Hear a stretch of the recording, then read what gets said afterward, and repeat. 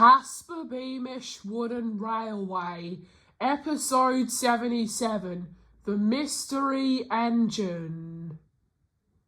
Smudger and Scarloey were in the shed, and Smudger was explaining about why his plan with James had not worked out. "Well," said Smudger, "I'm sure you don't remember this, Scarloey, but remember how I was talking to James right before the sun rose and everyone was still asleep?" "Well, I don't remember exactly, Scarloey. You're right, I don't think so, but I do remember you seemed very excited and crashed your nose right through the back of the shed here."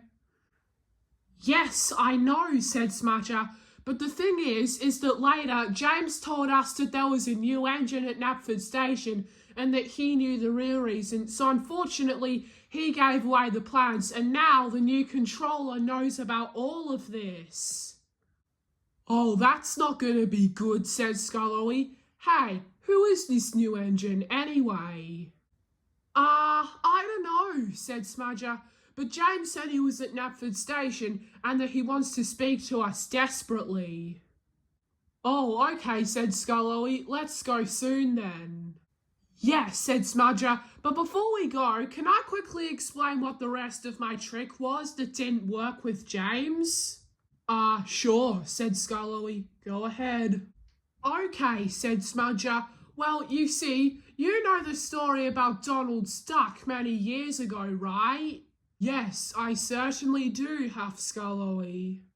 "Well," said Smudger, "the new controller really hates that story because he thought that Donald was dumb to let Duck put an egg in his tender. So now he knows to close his windows in case they might come and trick him. And the same thing applies for the narrow gauge railway as well, even though we have absolutely nothing to do with it." "Well, I've certainly never heard of a controller that'll do that before," huffed Scarloey. "The Fat Controller has done some pretty bad things, but not like that. The new controller is awful." "I know," said Smudger. "And now Dilly the Duck has become so iconic to Maithwaite Station that it just can't happen." "Yes, agreed," said Scarloey. "Anyway, let's go to Knapford to see who this engine is." "Yep," said Smudger. "Let's go." And with that, the two raced away to Knapford Station. When Scarloey and Smudger got there, they found Henry and James. "What are you guys doing here?" asked Scarloey. "We're here to talk to the strange engine that you were talking about, James. Hey, where is he?" "Here I am," said a voice. "Now, I think I might know where the fat man is." Excuse me? He's called the Fat Controller," reminded Henry. "Oh, yes. Sorry," said the engine. "Anyway, I haven't even introduced myself. I'm so sorry. My name's Glynn, and I was the original number one before Thomas came along." "Were you?" said Scarloey. "I thought Thomas was always the number one." "Well, that's incorrect," laughed Glynn. "Boy, I miss being stuck out of that bush." But Glynn was being sarcastic. "Well, nice to see you anyways, Glynn," laughed Smudger. "Anyways, what happened to the Fat Controller?" "Well," said Glynn, "apparently he lost in court or something, and now the new controller is intended to take over all railways forever. And I know we all don't want that, but I know of someone else." "Who?" asked James in surprise. "Well, you probably know who they are. They're Donald and Duck. Ever since he realised about the story, and because he's so close to a duck pond, he closed all of his windows and eventually just abandoned his house because he didn't want to have that stuck in his brain the whole time. But I think he's come up with something else. You see those 3 tankers that Henry is pulling?" "Yes," said Scarloey, "but what on earth would he be using those for?" "I know he isn't planning to build anything because he's not doing any major projects, so I don't know what he'll be using fuel, tar and oil for anyway. And besides, those 3 tankers should not be together." "I know," said Henry, "but it's the controller's orders. I know it's not the Fat Controller's orders, but still, Even if I get orders from any controller, we have to obey. Yes, said James, but where are you taking them? I'm leaving them here, said Henry. Anyway, I need to go back to Vickerstown for my 12 o'clock train. Goodbye. Wait, said Glynn. Just before you go, tell the new controller if you see him what he's going to do with those tankers, because I know we're all very desperate to find out. Yep, said Henry, will do. And Henry was uncoupled from the tankers and he puffed away to Vickerstown. Well, James, said Smudger, I don't think our plan's been very successful, has it? No, said James. I didn't think it was going to work that well anyway. Yeah, said Scullery. If only he never knew about Donald's duck, then this would have never have happened. Precisely, said Glynn. And even if the Fat Controller does return, which unfortunately that might never happen, but let's just hope it will, then hopefully he might think it's an even better plot. Yeah, I know everyone really wants the Fat Controller to come back, especially me, because on the standard gauge railway, I nearly caused a crash, and the new controller, just like the Fat Controller did himself once, nearly painted me blue, but luckily he didn't. Yes, teased Scullery, don't forget your bootlaces. Shut up, said James. Don't remind me. Sorry, said Scullery, but where is the new controller anyway? Yeah, that's a good point, huffed Smudger. I haven't seen him for almost a whole day.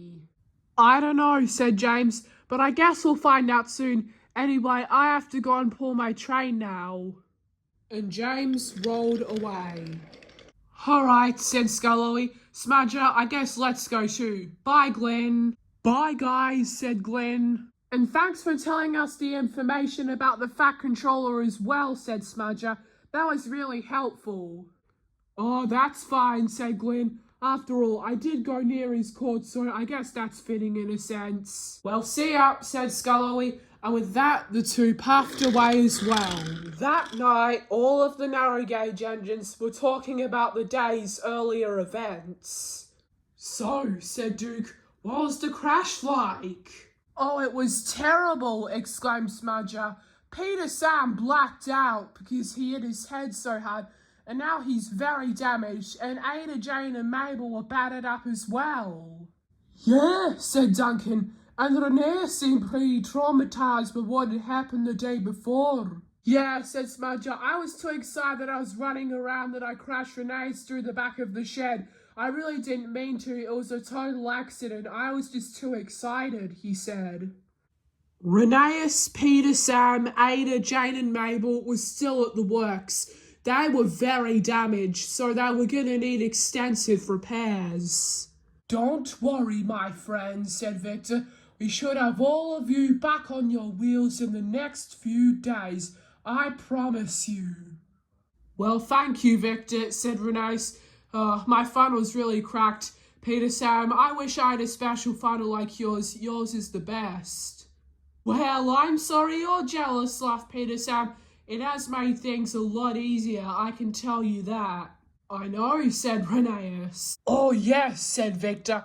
That reminds me, Reneus' new funnel, of course. Kevin! Yes, boss? What is it, boss? Oh! Kevin, stop being so clumsy, Victor sighed. Sorry, boss, apologised Kevin. Meanwhile, the narrow gauge engines were still chatting when the new controller walked up and they hadn't seen him for a day.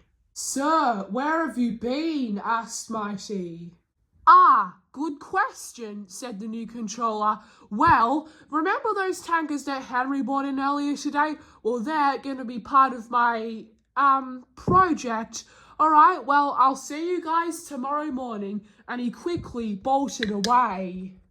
Why was he gone so fast? Asked Rusty. Well, I guess this must be a big project, but we need to still think of something. This project can't be good. I can think of it. Yeah, said Scullery. I don't think it'll be too fantastic, but we'll just have to wait and see. And then if it's not good, we'll have to do something, because otherwise our railway could go down really bad. and all the engines went to sleep. The next morning, Sir Handel suddenly woke up.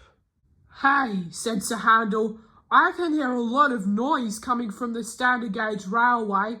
What's going on?" he said. "I don't know," said Duke, "but it's getting louder and louder." Just then Percy raced in. "Guys, all come quickly now! Knapford Station's on fire! All quickly as fast as you can!" "Cinders and ashes!" exclaimed Rusty. "This is terrible! All come!" And all of the narrow gauge engines raced away to the terrible disaster.